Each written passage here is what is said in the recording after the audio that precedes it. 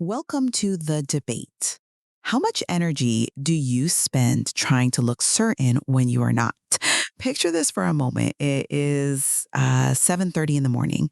A CEO is sitting in the driver's seat of their car in the parking garage. The engine is off, but their heart is absolutely racing. Yeah, just gripping the steering wheel. Exactly. Gripping the steering wheel, trying to summon the energy to open the door and walk into the building. Because the moment those elevator doors open, they are expected to have every answer, to make split-second, million-dollar decisions without blinking. Right, and to project this total unshakable confidence, even when privately, behind that heavy facade, they are completely terrified. Terrified about a market shift or an internal failure that they feel they cannot voice to anyone. Absolutely. I mean, it is like watching someone try to hold up the structural walls of a massive building entirely from the outside. The sheer caloric output required just to look like you have it all together is staggering. It's exhausting. It is. And when we look at the Four Empires framework by Musab Khaldi, specifically the Day One principles, it tackles this exact tension. It forces us to look at the difference between genuine leadership confidence and the exhausting daily performance of certainty. Which is a crucial distinction. Right. And I look at this material and see a fundamentally neurobiological issue. True confidence, the kind that does not drain you, is a physiological achievement. I represent the perspective that it is about rewiring the brain's threat response so you don't even need to perform in the first place. Well, the biology is fascinating, absolutely. But I see a massive trap there, and that's the position I'll be taking today. Optimizing your brain without addressing the emotional core, what the framework calls the Heartset, just creates a more sophisticated, highly polished form of performed certainty. Real confidence is not just having a perfectly optimized prefrontal cortex, it is having the internal self-trust to actually admit uncertainty. Okay, but let's look at the baseline first, because without the hardware functioning correctly, the rest of it just falls apart. Foundational confidence has to be built in the brain first. In the framework, this is the mindset empire, specifically the concept of owning your first hour. Right, the early morning protocol. Yeah. Between 5 and 6 a.m., the brain is in this peak neuroplasticity window. Meaning it is physically more malleable at that specific time? Literally 3.8 times more receptive to rewiring than it is at, say, 2 in the afternoon. When you wake up, your brain waves are transitioning from delta to theta and alpha states. Your subconscious is highly accessible. Okay, so you have this prime real estate, neurologically speaking. Exactly. So if you use the 20-20-20 protocol during that exact window, you are fundamentally changing your physiological baseline. The first 20 minutes is intense movement. Why? It spikes BGNF, brain-derived neuroplastic factor.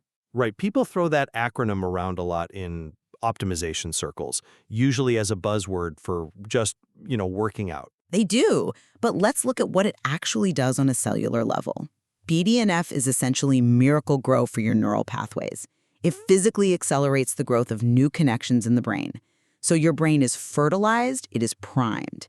Then the next 20 minutes is reflection, which deliberately shifts the nervous system out of the sympathetic state and into the parasympathetic state. The shift from fight or flight to rest and digest.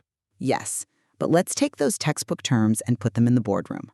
The sympathetic state is that physical jolt you get when a Slack notification pops up at 9 p.m. and your stomach drops. Oh, we all know that feeling. Right? Is hypervigilance. The amygdala is screaming that every unread email or sideways glance from a board member is a lethal predator. You cannot lead from that state. By forcing the shift to the parasympathetic state every morning, you physically lower the cortisol curve for the rest of the day. You turn off the alarm bells. And then the final 20 minutes is the strategic learning. Exactly. Feeding the prefrontal cortex while the brain is fertilized and calm. When a leader does this consistently, their neurochemistry stabilizes. They move from reactive survival mode to calm alertness. My point is, you no longer have to fake being confident because your physical body actually feels safe. The physical baseline creates strategic dominance. Okay, the physiology makes perfect sense. The BDNF, the cortisol reduction, the neuroplasticity. But this is exactly where the danger lies, and it is a trap I see executives fall into constantly. How so? Because you are equating a stabilized nervous system with the elimination of the facade. I look at this and see how that cognitive boost can so easily become the armor itself. Wait, how does feeling internally calm turn into armor? That seems contradictory. Because we're talking about highly driven founders and executives. They love optimization. It gives them a sense of control. Think about the modern tech CEO. They will wake up at 5 a.m., spike their BDNF, drop their cortisol, jump in a cold plunge, get their heart rate to exactly 140 beats per minute, write in their gratitude journal, And then what? and then walk into the office and absolutely crush the psychological safety of their team. Just because they are too dialed in? Because they refuse to show a single ounce of vulnerability. They project this unshakable, perfectly calibrated focus that completely masks their private burnout. It is a phenomenon he calls cold confidence. It pushes people away. Cold confidence. Interesting. Yeah, think about the origin story laid out in the material. Musab Khaldi invested over 300,000 pounds in his own development.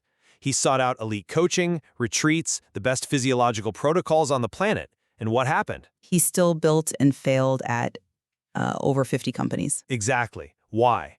Because of what he terms fragmentation. He had the mindset optimized. The brain was a finely tuned machine.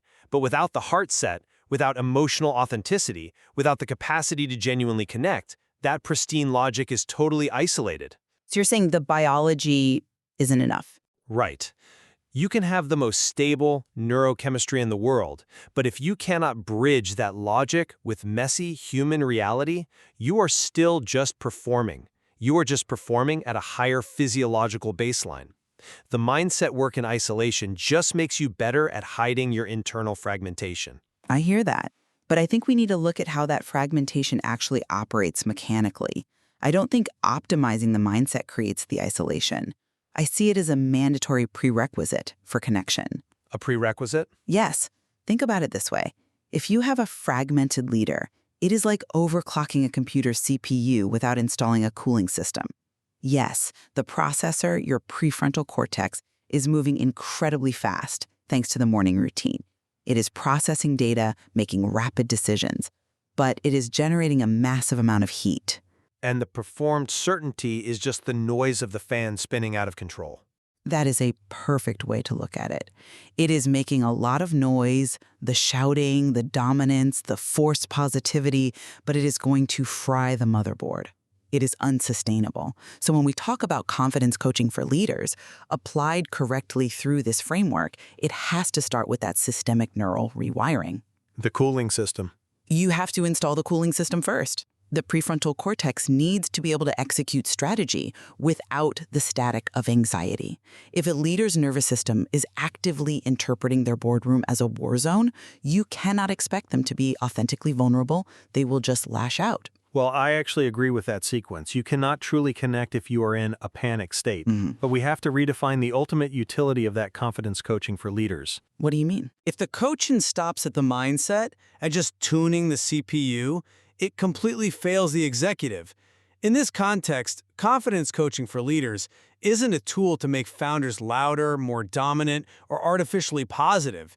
It shouldn't just be about making them better, faster decision-making machines. Then what is it? It has to act as a mirror to reveal where these executives are substituting strategy for identity. Substituting strategy for identity. Walk me through how you see that playing out in an executive's day-to-day operations. It happens constantly. An executive feels a profound sense of imposter syndrome or a deep lack of internal worth. That is a Heartset issue. But instead of addressing that void, they use their highly optimized mindset to build a massive strategic plan. Oh, I see. Right? They launch another startup. They execute a hostile takeover. They push their teams to hit unrealistic KPIs. They use their cognitive command to build external structures that validate their worth. They are trying to out-achieve a feeling. Right. But it is not just a philosophical problem. It is a biological one. The framework points out something crucial. The heart has over 40,000 neurons of its own. A literal neural network inside the heart? Yes, and here's the kicker. That neural network sends more signals to the brain than the brain sends to the heart. It travels up the vagus nerve, When a leader ignores the emotional reality of their situation, when they suppress that imposter syndrome and just push through it, their heart rhythm becomes erratic. Because they're ignoring the signal. Exactly. Those 40,000 neurons send incoherent, stress-based signals up to the brain. And what does that do? It physically inhibits the prefrontal cortex. So the CPU throttles itself. Exactly. You literally lose access to your highest level of strategic thinking. You become reactive no matter how perfectly you executed your 5 a.m. protocol. So real coaching helps a leader realize that true presence requires integrating that emotional truth. Heart-brain coherence is not poetry. It is a biological requirement for sustained cognitive performance. Okay, the biological mechanism of heart-brain coherence is powerful. It makes sense on paper, but let's take this out of the laboratory and put it into the real world. Let's ground this in the high-stakes, sometimes ruthless reality that these founders actually operate in. A founder's role is to provide strategic direction, to secure capital, to navigate existential threats to their company's survival. Let's say the market is collapsing. A competitor just released a product that makes yours completely obsolete overnight. The ultimate crisis scenario. Right. The team is gathered in the conference room. They are staring at the leader, terrified about their jobs, their mortgages, the future of the company. If the leader pauses in that exact moment, leans into their Heartset, and openly admits, "I don't know what to do," doesn't that severely undermine their authority? You think it shows weakness. Doesn't the team actually need the armor in that moment? Don't they need the performance of certainty just to keep from panicking and abandoning ship? No, they don't. And the data from the framework completely shatters that assumption. When leaders combine the cognitive command you are advocating for with genuine vulnerability, they do not create panic. They create teams with 3.8 times higher psychological safety and 2.7 times higher innovation. Wait, I want to stop you right there because 2.7 times higher innovation is a staggering metric. It is massive. How do you trace a massive spike in innovation back to a leader standing up and admitting they don't have the answer? Usually we think of innovation coming from a visionary leader demanding the impossible, Steve Jobs style. Because performed certainty is exhausting for everyone in the room, not just the person performing it. When a leader pretends they have all the answers in a complex, ambiguous crisis, the team knows they are acting. They can smell it. Yes. Human beings are incredibly attuned to incongruence. They feel the heavy facade you talked about at the beginning of our conversation. And what happens to a team when they sense the leader is faking it? Well, stop taking risks. Exactly. They wait to be told what to do. They go into self-preservation mode because they know the environment isn't safe. The leader is clearly insecure, so the team becomes insecure. But if the leader is honest, When a leader has the internal self-trust to stand in front of the room and say, "The market just shifted, I don't have the full picture yet, it is uncomfortable, and I feel that tension too, but here is the next responsible step we are going to take to figure it out together," it completely changes the neurochemistry of the entire room. because it gives the team permission. Yes, that is where the 2.7 times innovation comes from. The team realizes, oh, the boss doesn't have a magical crystal ball either. I guess I have permission to try something new, to suggest a wild idea without getting fired for being wrong.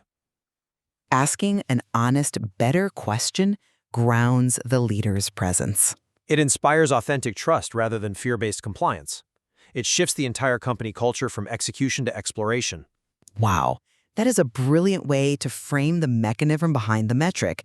It explains why the innovation happens, not just that it does. And honestly, I have to challenge my own initial framing here. I have been arguing that the physical baseline, the mindset protocol, the neuroplasticity optimization, is the foundation of everything. And I still believe it is absolutely non-negotiable. It is. You cannot navigate a crisis if your amygdala is hijacked. Right. You need that cognitive clarity to even formulate what that next responsible step is without descending into a full-blown panic attack in front of your board.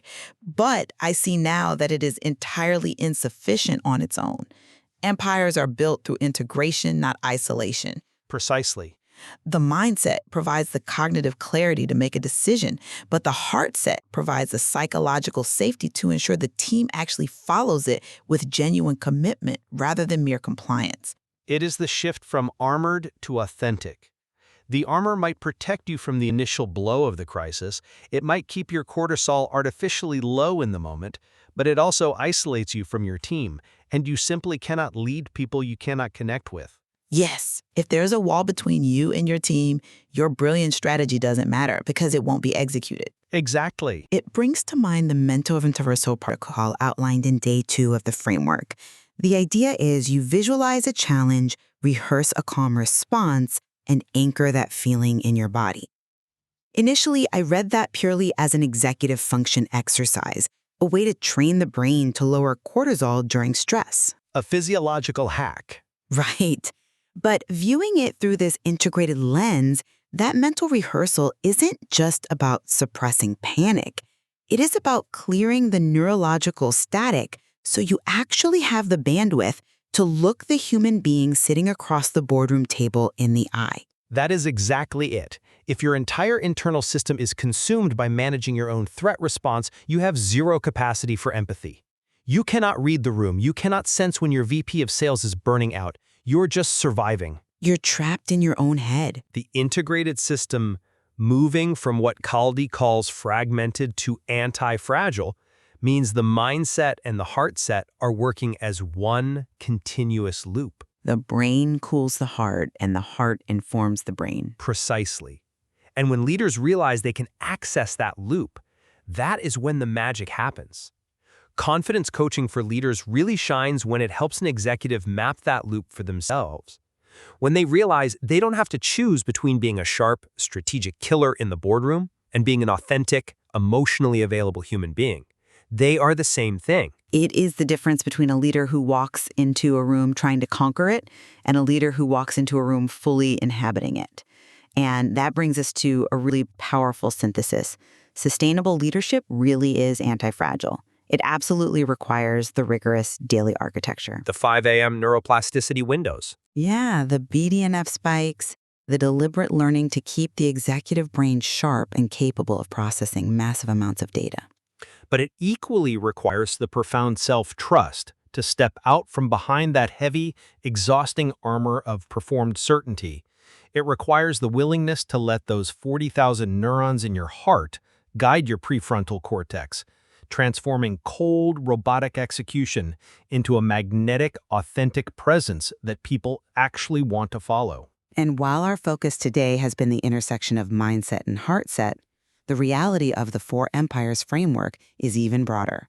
Because once you integrate those two, you realize there is an entire Healthset empire dedicated to the physical vitality needed to sustain this massive energetic output. Oh, absolutely. And a Soulset empire focused on replacing empty, metric-driven success with crystal clear, legacy-driven purpose. Which just proves the core thesis of the material.